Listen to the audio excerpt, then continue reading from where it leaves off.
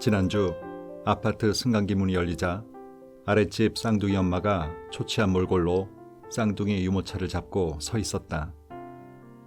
나는 유모차를 재빨리 밖으로 당기며 아휴, 이 아이들 돌보기 너무 힘들죠? 했다. 쌍둥이 엄마는 울듯한 얼굴로 죽을 것 같다고 했다. 쌍둥이 엄마가 내리고 나와 20살 넘은 큰아들이 그 승강기를 탔다. 나는 아들에게 쌍둥이 엄마가 얼마나 힘들까를 중얼거렸고 아들은 주옥 같은 말을 쏟아냈다. 엄마는 나를 그렇게 힘들게 안 키웠잖아. 나는 내가 알아서 큰 것 같은데. 주먹이 울었다. 현관문을 여는데 아들의 보태기 한 판. 엄마, 저녁은 뭐 먹어? 야, 알아서 컸다며? 알아서 먹어. 이놈의 육아는 도대체 언제 끝남?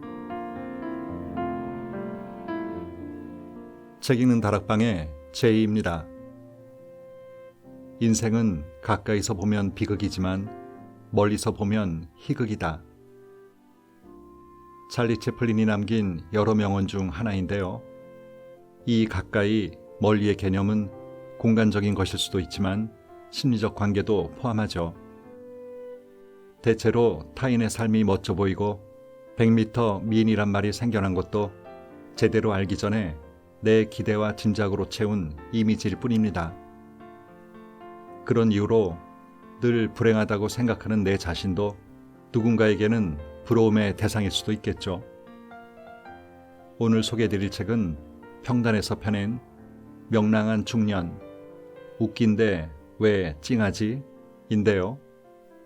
작가의 가족, 친구, 이웃의 이야기를 소재로 진솔하면서도 재미있게 쓴 글입니다.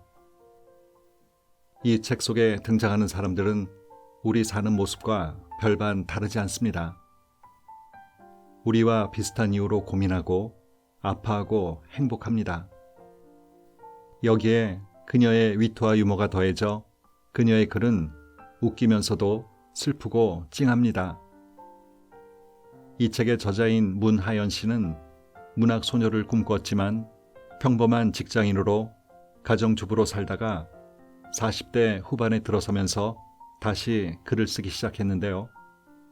그녀의 첫 책인 다락방 미술관으로 큰 주목을 받은 후에 오마이뉴스에 투고한 글이 채택되면서 명랑한 중년이란 제목으로 연재한 글 또한 독자들에게 폭발적인 반응을 얻게 됐고 이 책은 연재한 그 글들을 선별해 엮은 것입니다. 그럼 책 속으로 함께 들어가 보실까요?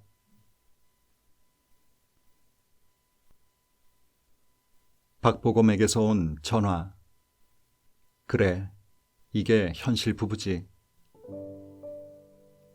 친구 스마트폰 화면에 배우 박보검의 환한 얼굴이 뜨더니 박보검 이름으로 전화가 걸려온다. 이게 뭐지? 알고 보니 친구의 남편이다.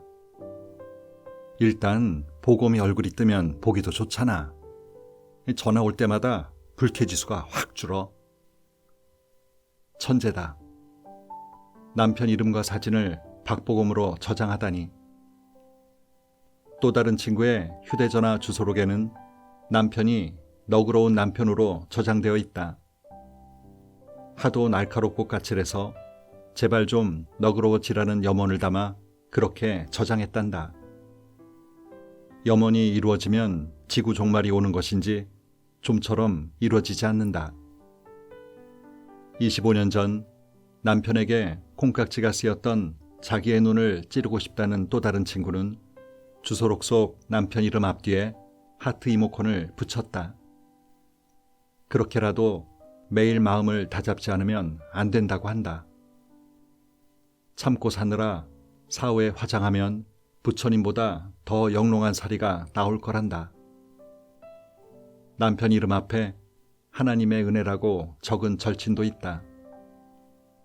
남편이란 존재는 종교의 힘을 빌려야 비로소 극복되나 보다. 하긴 타인과 오랜 시간 같이 산다는 것 자체가 어려운 일이다. 내 몸을 통과한 자식도, 하늘 같은 부모도, 죽고 못 사는 친구도 며칠만 여행을 가면 싸우고 깨지는 일이 다반사이다. 무거운 가방을 메고 어두운 얼굴로 출근하는 남편을 보면 마음이 편치 않다. 소보다 많이 먹는 아들들과 비싼 것만 조금 먹는 아내를 먹여 살린다고 밤낮 없이 일만 한 죄로 집에 와서도 소외당하고 TV와 강아지 2마리가 유일한 그의 친구이다. 공부가 제일 쉬웠어요. 교과서 위주로 공부했는데 만점이네요. 내 남편이 그런 사람이다. 비현실적인 사람. 그러니 학원에 다녀도 중간에 머무는 아이들의 성적이 그의 눈에 찰리 없다. 평범하고 자유로운 내가 그런 사람과 살고 있다. 그 어려운 걸 내가 23년째 해내는 중이다. 공부는 잘했을지 몰라도 눈치는 별로 없는 남편이 내게 말한다. 인간은 두 부류야. 아인슈타인의 상대성 이론을 알고 죽는 사람과 모르고 죽는 사람. 제발 좀 상대를 봐가면서 상대성 이론을 말하면 좋으련만 시도 때도 없는 상대성 이론에 나와 아이들은 더 이상 그를 상대 안 한다. 질려서 아인슈타인 이름이 들어간 우유도 안 마신다. 아는 게 많은 것은 맞는데 쓸모가 있는지는 모르겠다. 죄다 책으로 배운 거라 현실에서는 유용함이 떨어진다. 형광등 하나만 가려고 해도 두꺼비 집을 내리고 고무장갑을 끼고 수선을 피운다. 그가 건강염려증인 건지 내가 불감증인 건지 헷갈린다. 그냥 스위치 끄고 형광등 빼고 새거 끼우면 끝인데 흔들리지도 않는 의자를 붙잡아라 마라. 형광등을 들고 보조해라 마라. 세상 번거롭게 한다. 혹시 이거 작전인가? 요즘엔 박경리의 대하소설 토지에 빠져 드라마를 다시 보고 책을 또 읽는다. 조용히 혼자 읽으면 좋으련만 우리말 겨루기도 아니고 자꾸 퀴즈를 낸다. 행여 내가 맞출까봐 눈동자가 흔들린다. 어휴, 이걸 맞춰 마라. 어떻게 하는 게 빨리 마무리 짓는 것인지 나는 재빨리 머리를 굴린다. 혼잣말도 많아진 남편. 나이 50이 넘으면서 드라마를 좋아한다. 특히 수목 미니 시리즈. 얼마나 몰입해서 보는지 그 시간에 떠들면 혼난다. 그의 아내로 살아내기란 이렇듯 극한 직업이다. 얼마 전까지도 내가 드라마를 볼 때면 세상 한심한 눈으로 날 보더니 완전히 전세가 역전되었다. 몇 년 새 나는 TV를 거의 보지 않는다. 거실에 물 마시러 나왔다가 드라마를 보고 있는 남편의 뒤통수를 보면 마음이 짠하다. 저 인간이 외로워서 저러나 싶어서. 그렇대도 일일이 헤아리고 싶진 않다. 모두 자신이 감당해야 하는 외로움의 무게가 있는 거니까. 그 무게만큼 깊어질 거라 애써 생각한다. 좌과일 웃땅콩 사이에 앉아 TV를 보며 행복해하던 남편은 목요일 미니 시리즈가 끝나면 한숨을 쉬며 또 일주일을 기다려야 한다고 투덜거린다. 이런 남편을 위해 드라마 대본을 구상 중이다. 그는 반도에 흔한 착한 가부장적인 사람이다. 이 2말이 양립 가능한지 모르겠지만 그를 표현하는 데는 정확하다. 책임감 강하고 집에서도 밖에서도 한시도 쉬지 않고 일한다. 자기가 정한 테두리 안에 자식들과 아내를 넣어두고 보살피고 아무리 품을 넓혀도 좁다고 아우성치는 가족들 때문에 그 역시 부대꼈을지도 모른다. 반항이란 걸 모르는 그는 아버지가 쳐놓은 테두리 안에서 순하게 자랐을 테고 그게 최선이라 배웠을 것이다. 그런데 울타리를 치는 것보다 신뢰와 존중이 더 큰 힘이라는 것을 그가 배웠더라면, 기준을 세우고 경계를 만드는 일은 그 의도가 교육적이라거나 인간의 도리라는 말로 포장된다 해도 결국 사람 사이에 벽을 세우기도 한다는 걸 그는 몰랐다. 그의 울타리가 견고할수록 그는 가족들과 멀어졌다. 다행스러운 건 오래 같이 살면 서로 닮아간다고 그도 이제 느슨해졌다는 사실. 헐거워진 그와 조금씩 가까워지는 아이들을 보며 진작 이랬으면 그도 더 편안했을 텐데 하는 생각이 든다. 울타리가 놓인 자리에 틈이 생기고 있다.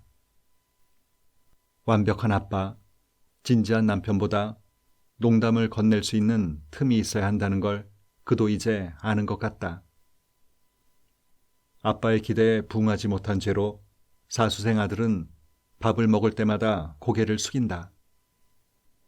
안타까운 나는 말도 안 되는 유머와 몸 개그를 날려보지만 썰렁하다.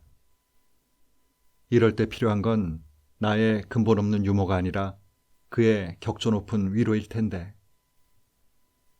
나의 눈짓에서 시작된 그의 어설픈 위로는 깔때기 이론을 통과해 다시 상대성 이론으로 가고 만다. 참으로 고질병. 그래도 이제는 그런 그를 웃으며 바라볼 수 있다. 사람이 바뀌는 건 생이 바뀌어야 가능한 법인데 여기까지 온 것만도 참으로 고맙고 다행이다. 그도 자신을 버리느라 힘들었을 테니. 생각해보면 미안하게도 나는 나를 버리지 않은 것 같다. 양보하는 듯 하면서도 날 바꾼 적은 없다. 그래서 그가 나를 닮아간다. 그것도 미안하다.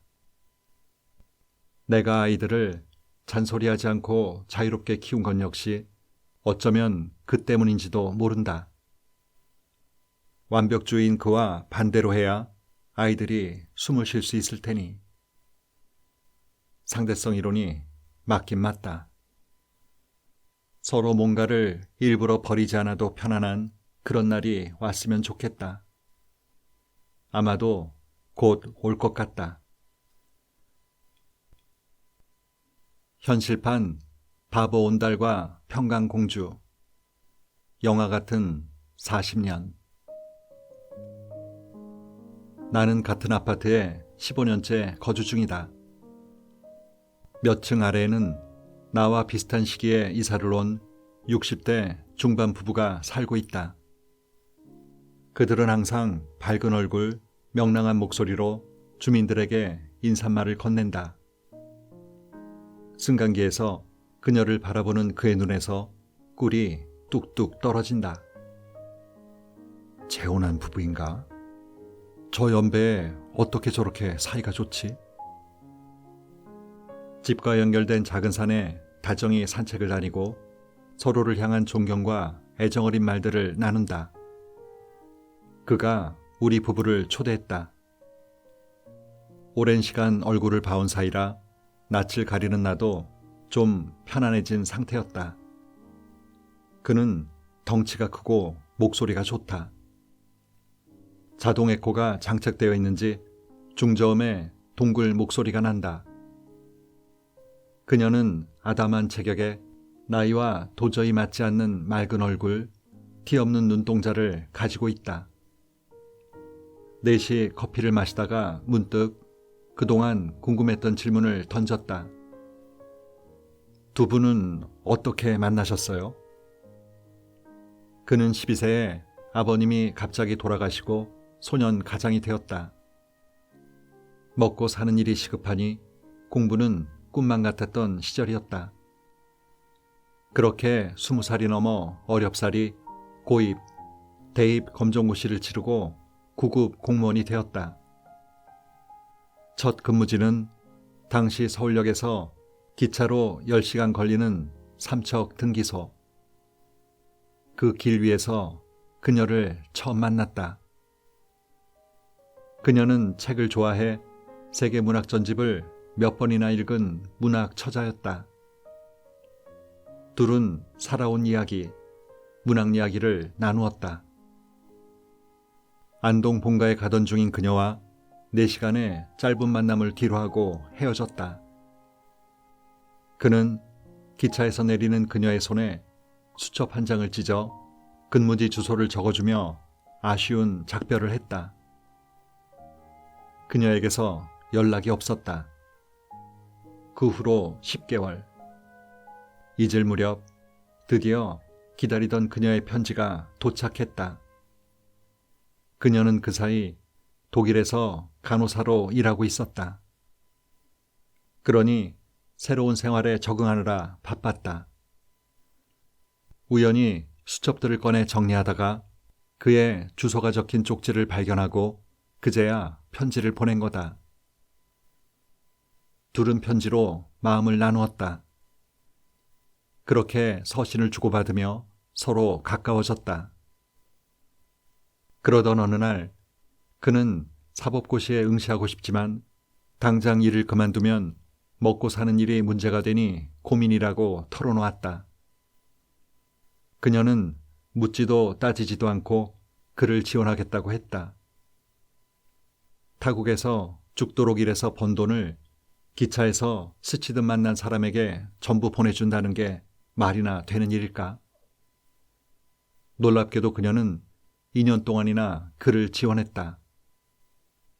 그는 7급 공무원 시험에 합격했다. 어떤 확신이 있었던 걸까?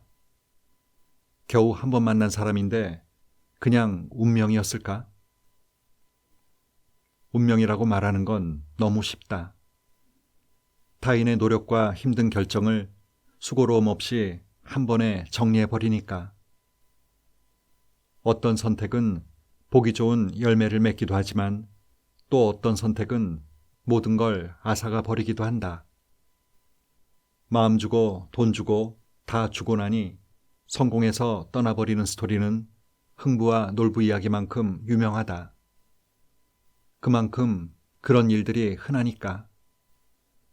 그런데도 그녀는 그에게 올인했다. 드디어 3년 만에 그녀가 돌아왔고 둘은 결혼했다. 나는 그녀에게 어떻게 그럴 수 있었는지 물었다. 그녀는 기차에서의 4시간이 그에 대한 믿음을 가지기에 충분한 시간이라 했다. 같은 곳을 바라보고 같은 꿈을 꾸고 있다는 믿음. 이후 편지를 주고받으며 느낀 그의 진솔함. 반전은 이후에 있었다. 그녀의 갑작스러운 고백. 결혼한 지 40년인데 결혼 후 30년은 내 선택에 의심이 들 만큼 힘든 시기였어. 한평생 사랑만 받고 살았을 것 같았기에 나는 깜짝 놀랐다. 영화라면 이쯤에서 해피엔딩을 찍어야 마땅하지 않은가? 하지만 그리 호락호락하면 인생이 아닌 거지. 감동적인 이야기에 취해 잠시 내가 깜빡했다. 그는 효자란다. 감이 온다. 세상 없는 효자와 사는 불행한 여자의 스토리는 소양강댐을 채우고도 넘친다. 시댁일은 부인이 다 하고 남편은 효자가 되는 시스템. 나도 그렇게 20년 넘게 살아봐서 둘째가라면 서러울 만큼 이 분야 전문가이다. 효자라는 단어만 들어도 어떤 구구절절한 사연이 있는지 눈앞에 그려지고 가슴 속에서 뜨거운 동재 같은 것이 올라온다. 해병대도 이런 심정일까? 내게는 20살 전후의 아들 둘이 있다. 내 목표는 이 아들들이 독립적인 불효자가 되는 것이다. 부모에게 손 벌리지 않고 부모도 자식에게 기대지 않는 서로 독립적인 관계. 그는 또 한 가지에 빠지면 깊숙이 빠져 그것밖에 모르는 사람이 된다.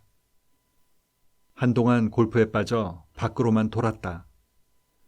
듣다 보니 참, 남자는 부럽다. 낚시에 빠지고 운동에 빠지고 자동차에 빠지고 자꾸 빠진다. 여자들은 빠지고 싶어도 허락을 받아야 하니 빠지기가 힘들다. 어디 가도 되냐? 뭐 해도 되냐? 늦어도 되냐?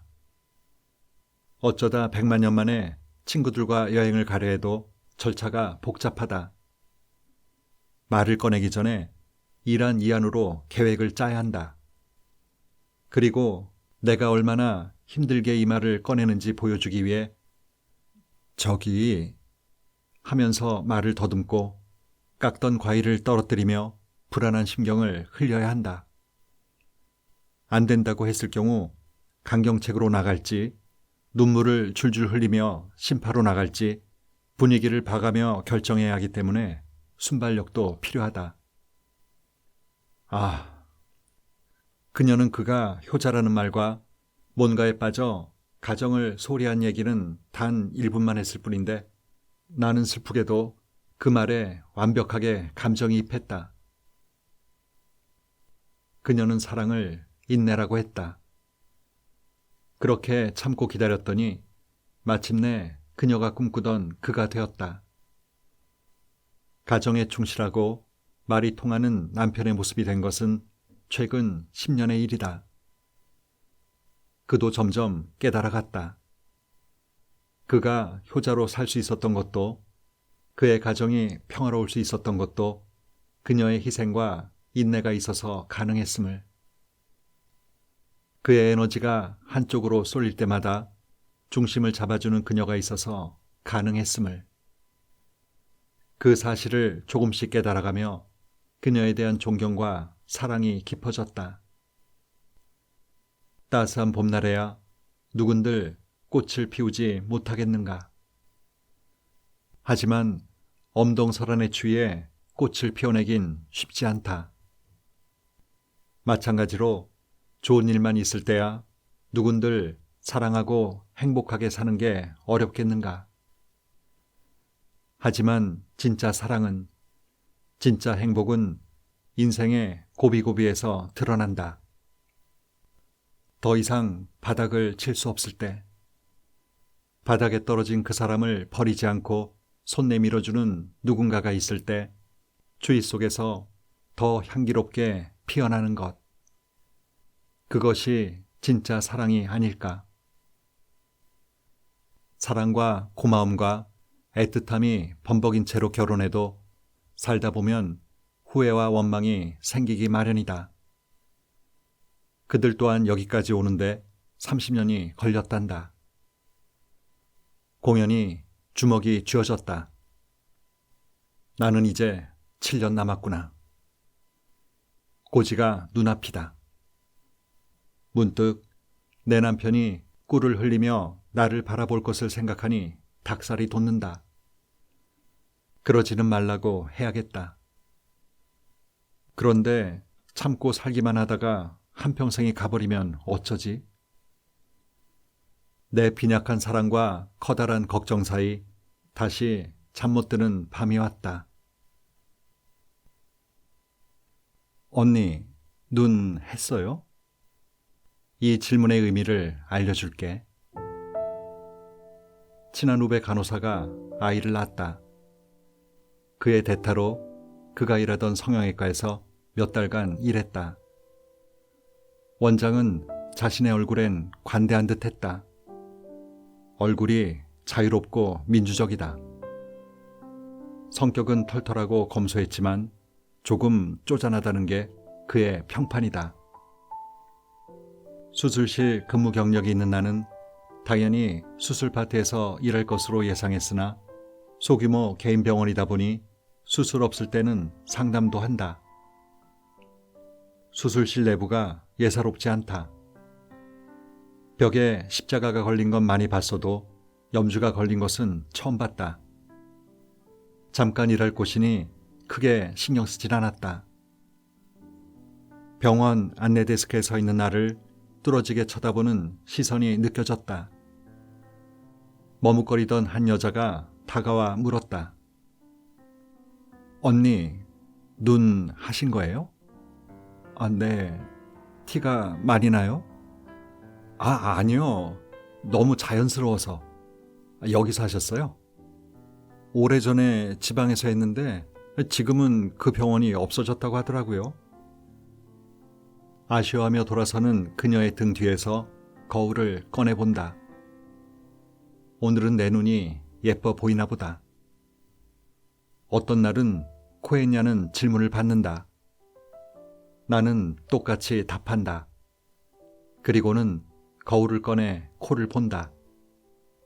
오늘은 코가 예쁘군. 하다못해 귀가 예쁘다는 말도 들어봤다. 배우 강수연의 귀를 닮았다나? 나는 강수연 귀가 어떻게 생겼는지 모른다.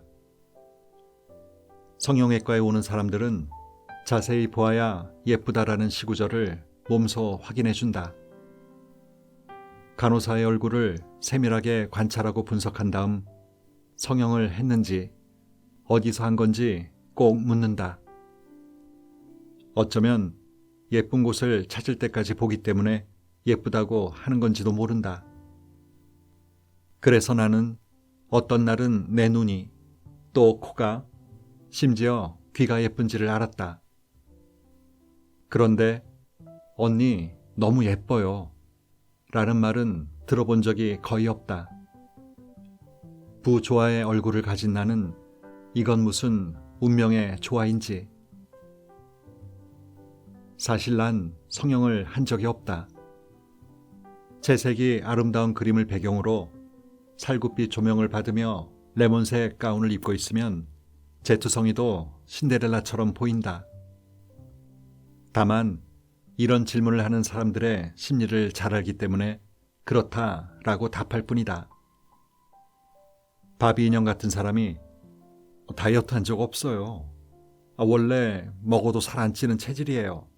라고 하거나 피부가 밀가루 반죽 같은 사람이 피부 관리 같은 거 받은 적 없어요. 화장품도 루드숍 제품만 써요. 라고 했을 때 차오르는 분노나 적개심 같은 것을 이해하는 까닭이다.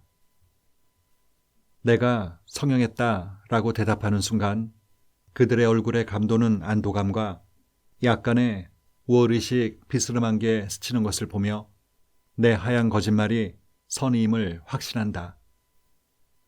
내 이목구비를 희생해서 다른 사람들의 자존감을 세웠으니 나는야 진정한 나이팅게일하니까. 사람들의 처진 눈꼬리가 올라간 만큼, 주저앉은 콧대가 세워진 만큼, 감긴 눈이 떠진 것만큼 자존감이 올라가기도 한다. 특히 10대일수록 더 그렇다. 외모 때문에 놀림받거나 위축된 아이들은 자신의 변한 모습에 빠르게 반응한다. 얼굴이 바뀌면 표정이 바뀌고 표정이 바뀌면 걸음걸이까지 바뀐다. 이런 사람들을 볼 때면 내가 다 뿌듯하다. 맹장수술만 사람을 살리는 건 아니구나 하는 생각이 든다. 반대인 경우도 있다. 성형 안 해도 충분히 예쁜 사람, 해도 별반 효과를 보지 못할 것 같은 사람에게는 부작용을 크게 말한다. 무시무시한 부작용이 찍힌 사진들을 일부러 펴놓으며 이런 경우가 생각보다 흔해요 라고 말한다.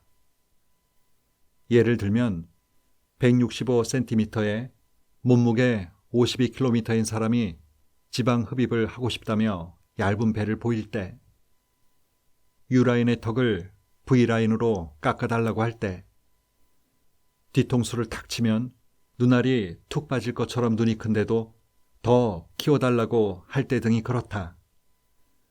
하지만 아무리 말려본들 이런 사람들은 다른 데 가서라도 꼭 한다. 사람마다 만족의 기준이 다르니 할 말은 없지만 나는 최소한 간호사의 품격을 팔고 싶지 않아서 권하지 않는다. 아마도 더 많은 수술을 유치하면 월급을 더 주는 성과급 제도가 없어서일지도. 나를 시험에 들게 하는 이런 제도가 없는 게 다행이다.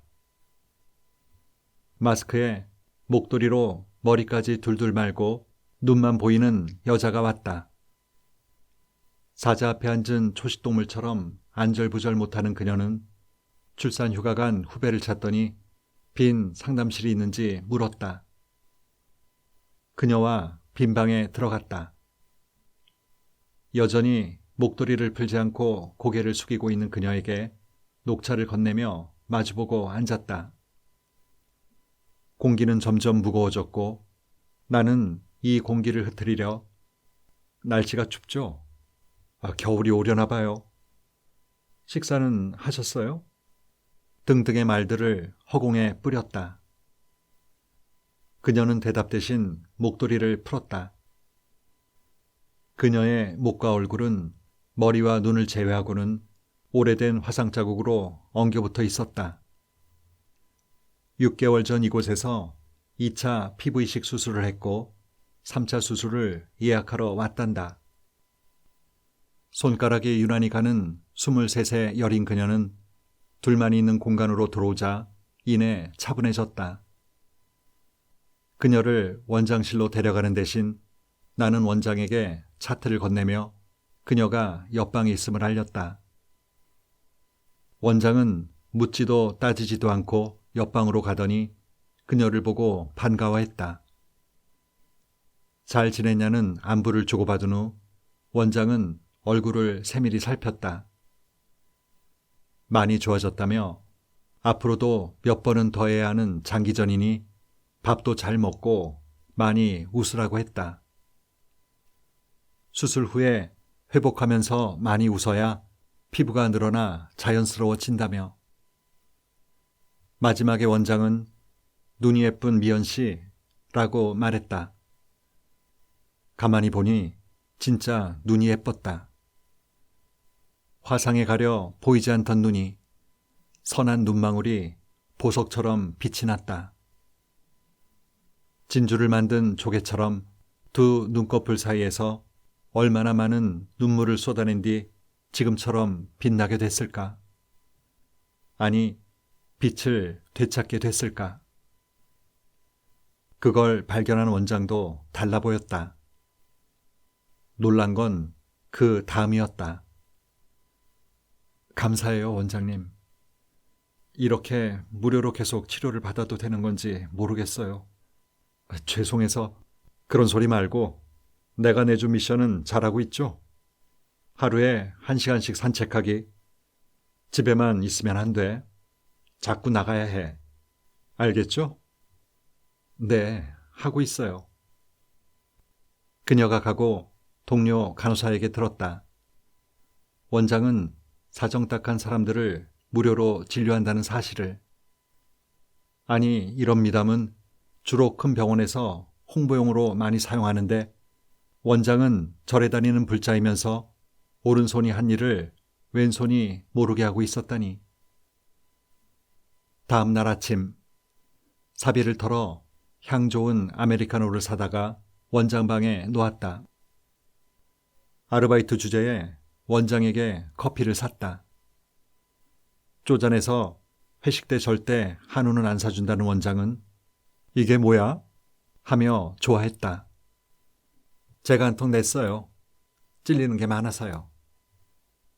내가 큰 소리로 웃으며 말하자 원장은 이제야 말한다는 듯 저기 문쌤, 그 환자 좀 돌려보내지 마요. 내가 보고 필요 없다 싶으면 내가 안 해요. 라고 부탁했다. 이 인간 다 알고 있었구나. 나는 죄송해요. 라고 답했다. 간호사의 품격을 지니고 싶었던 나이팅게일을 지향했던 나의 일패다. 그런데 그를 바라보다가 알았다. 그의 치아가 가지런히 예쁘다는 걸. 이래서 자세히 보면 예쁘다고 하는구나. 나는 무서운 사진들을 테이블 아래로 내려놓았다. 행복한 가정은 모두 비슷한 이유로 행복하지만 불행한 가정은 저마다의 이유로 불행하다. 톨스토이가 안나 카레니나에서 쓴 글인데요. 이 말은 행복하기 위해 필요한 조건이 사람마다 엇비슷하다는 얘기일 수도 있겠지만 저는 이 말을 행복하다고 생각하며 사는 사람들은 서로 비슷한 마음을 가지고 있다라고 해석이 됩니다. 반면에 저마다의 이유로 불행한 건 행복하기 위한 조건 중 어딘가 약간의 결핍만 있어도 불행하다고 느끼기 때문일 겁니다. 그래서 행복한 사람들은 별일 아닌 것에도 쉽게 행복감을 느끼지만 불행한 사람들은 별일 아닌 것에도 쉽게 불행감을 느끼는 게 아닐까 싶네요. 오늘도 좋은 하루 보내세요.